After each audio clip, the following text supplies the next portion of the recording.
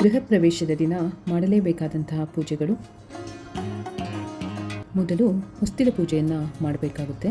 ಅಂದರೆ ಪ್ರಧಾನ ದ್ವಾರದ ಪೂಜೆಯನ್ನು ಮಾಡಬೇಕು. ಬೆಳಿಗ್ಗೆ ಎದ್ದು ಸ್ನಾನ ಮಾಡಿ ಬಾಗಿಲನ್ನು ತೊಳೆದು ರಂಗೋಲಿ ಹಾಕಿ ಅರಿಶಿನ ಕುಂಕುಮ ಹೂಗಳನ್ನು ಇಟ್ಬಿಟ್ಟು 2 ಮಣ್ಣಿನ ದೀಪಗಳನ್ನು ಇಟ್ಟು ಪೂಜೆ ಮಾಡಬೇಕು. ಈ ಸಮಯದಲ್ಲಿ ಗಂಗೆ ಪೂಜೆ ಮತ್ತು ಗೋ ಪೂಜೆಯನ್ನು ಕೂಡ ಮಾಡಲಾಗುತ್ತದೆ. ಗೋ ಅಥವಾ ಹಸುವನ್ನು ಕರೆತಂದು ಪೂಜೆ ಮಾಡುವುದು ಕಷ್ಟವಾದಲ್ಲಿ ಕಾಮಧೇನುವಿನ ಮೂರ್ತಿಯನ್ನು ಇಟ್ಟುಬಿಟ್ಟು ಪೂಜೆ ಮಾಡಬಹುದು. ಹೊಸ್ತಿಲ ಪೂಜೆ ನಂತರ ಮನೆಯ ಪ್ರವೇಶ ಮಾಡಬೇಕು. ಮನೆಯ ಯಜಮಾನಿ ಮೊದಲು ಗಂಗೆ ಅಥವಾ ನೀರನ್ನು ಹೊತ್ತುಕೊಂಡು ಅಕ್ಕಿ ತುಂಬಿದ ಪಾವನ್ನು ಬಲಗಾಲಿನಿಂದ ಹೊತ್ತು ಮನೆಯೊಳಗೆ ಪ್ರವೇಶ ಮಾಡಬೇಕು.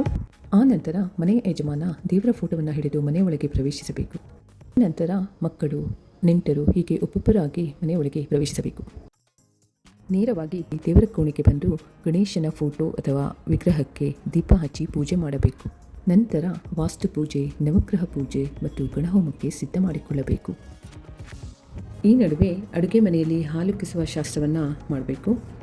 ಶುದ್ಧವಾದ ಪಾತ್ರೆಯನ್ನು ಉಪಯೋಗಿಸಬೇಕು. ಹಾಲು ಉಕ್ಕುವಾಗ ಮೊದಲು ಮನೆಯ ಯಜಮಾನಿ, ನಂತರ ಯಜಮಾನ, ಮಕ್ಕಳು, ನೆಂಟರು ಹೀಗೆ ಒಬ್ಬೊಬ್ಬರಾಗಿ ಸ್ವಲ್ಪ ಸ್ವಲ್ಪ ಸಕ್ಕರೆಯನ್ನು ಹಾಕಬೇಕು. ನಂತರ ಒಲೆಯನ್ನು ಆರಿಸಿ 1 ಲೋಟ ಹಾಲನ್ನು ದೇವರಿಗೆ ನೈವೇದ್ಯಕ್ಕಿಡಬೇಕು. ಈ ಎಲ್ಲ ಕಾರ್ಯಗಳು ಮುಗಿದ ನಂತರ ಪುರೋಹಿತರ ಸಮ್ಮುಖದಲ್ಲಿ ಗಣಹೋಮ ಮತ್ತು ಸತ್ಯನಾರಾಯಣ ಪೂಜೆಯಲ್ಲಿ ಪಾಲ್ಗೊಳ್ಳಬೇಕು.